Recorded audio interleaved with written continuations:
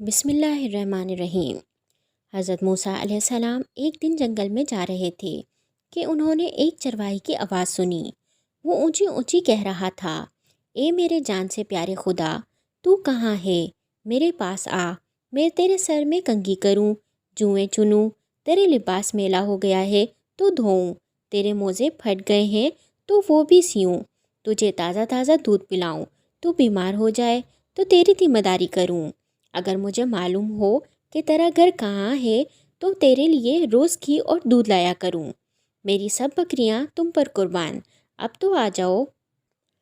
موسیٰ علیہ السلام اس کے قریب گئے اور کہنے لگے، ارے احمق، تو یہ باتیں کس سے کر رہا ہے؟ چرواہے نے جواب دیا، اس سے کر رہا ہوں جس نے تجھے اور مجھے پیدا کیا اور یہ زمین آسمان بنائے۔ یہ سن کر حضرت موسیٰ علیہ السلام نے غضبناک ہو کر کہا، ارے بدبخت، تو اس بیہودہ بکواس سے کہیں کا نہ رہا، بجائے مومن کے تو کافر ہو گیا۔ خبردار، ایسی بے معنی اور فضول بکواس بن کر تیرے اس کفر کی بدبو ساری دنیا میں پھیل گئی۔ ارے بے وقوف، یہ دودھ لسی ہم مخلوق کے لیے ہے، کپڑوں کے محتاج ہم ہیں۔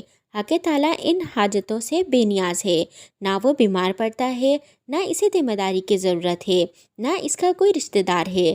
توبہ کر اور اس سے ڈر۔ حضرت موسیٰ علیہ السلام کے غیظ و غضب میں بھرے ہوئے یہ الفاظ سن کر چرواہے کے اوسان خطا ہو گئے اور وہ خوف سے تھر تھر کانپنے لگا، چہرہ زرد پڑ گیا اور بولا، اے خدا کے جلیل قدر نبی، تو نے ایسی بات کہی کہ میرا منہ ہمیشہ کے لیے بند ہو گیا اور مارے ندامت کے میری جان ہلاکت میں پڑ گئی۔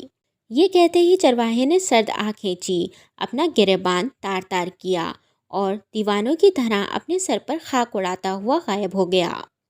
حضرت موسیٰ علیہ السلام حق تعالیٰ سے ہم کلام ہونے کے لیے کوہ طور پر گئے تو خدا نے فرمایا، اے موسیٰ، تو نے ہمارے بندے کو ہم سے جدا کیوں کیا؟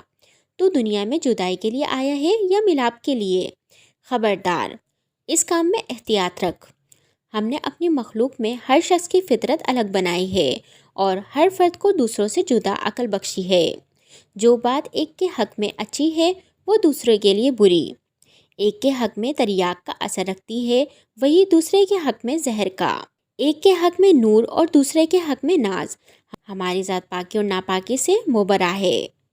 اے موسیٰ، یہ مخلوق ہم نے اس لیے پیدا نہیں فرمائی کہ اس سے ہماری ذات کو کوئی فائدہ پہنچے۔ اسے پیدا کرنے کا مقصد یہ ہے کہ اس پر ہم اپنے کمالات کی بارش کریں۔ جو شخص جس زبان میں بھی ہماری حمد و ثنا کرتا ہے، اس سے ہماری ذات میں کوئی کمی و بیشی واقع نہیں ہوتی۔ مدعا کرنے والا خود ہی پاک صاف ہوتا ہے۔ ہم کسی کے قول اور اظہار پر نگاہ نہیں رکھتے، ہم تو باطن اور حال دیکھتے ہیں۔ اے موسیٰ، خردمندوں کے آداب اور ہیں، جلووں اور جانہاروں کے آداب اور۔ حضرت موسیٰ نے جب خدا کا یہ عتاب آمیز خطاب سنا تو سخت پشیماں ہوئے اور بارگاہ الہی میں نہایت ندامت اور شرمساری سے معافی مانگی۔ پھر اسی اضطراب اور بے چینی میں اسی چرواہے کو ڈھونڈنے جنگل میں نکل گئے۔ صحرا و بیابان کی خاک چھان ماری پر چرواہے کا کہیں پتہ نہ چلا۔ اس قدر چلی کہ پیروں میں چھالے پڑ گئے، لیکن تلاش جاری رکھی۔ آخر آپ اسے پا لینے میں کامیاب ہوئے۔ چرواہے نے انہیں دیکھ کر کہا، اے موسیٰ، اب مجھ سے کیا خطا ہوئی ہے کہ یہاں بھی آ پہنچے؟ حضرت موسیٰ علیہ السلام نے جواب دیا، اے چرواہے، میں تجھے مبارکباد دینے آیا ہوں۔ تجھے حق و تعالیٰ نے اپنا بندہ فرمایا اور اجازت عطا کی کہ جو تیرے جی میں آئے بلا تکلف کہا کر۔ تجھے کسی ادب و آداب، قاعدے ضابطے کی ضرورت نہیں۔ تیرا کفر اصل دین ہے اور دین نور جاں۔ تجھے سب کچھ معاف ہے، بلکہ تیرے صدقے میں تمام دنیا کی حفاظت ہوتی ہے۔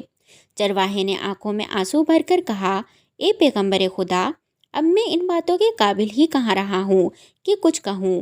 میرے دل کا خون ہو چکا ہے، اب میری منزل بہت آگے ہے۔ تو نے ایسی ضرب لگائی کہ ہزاروں لاکھوں سال کی راہ طے کر چکا ہوں۔ میرا حال بیان کے قابل نہیں، اور یہ جو کچھ میں کہہ رہا ہوں اسے بھی میرا احوال مت جان۔ مولانا رومی اس حکایت سے ماحاصل یہ نکالتے ہیں کہ اے شخص، جو تو حق تعالیٰ کے حمد و ثنا بیان کرتا ہے کیا سمجھتا ہے؟ تو ابتدا سے انتہا تک ناقص اور تیرا حال و قال بھی ناقص۔ یہ محض اس پروردگار رحمان و کریم کا کام ہے کہ وہ تیرے ناقص اور گندے تحفے کو قبول فرماتا ہے۔ اپنی قیمتی رائے لازمی دیں۔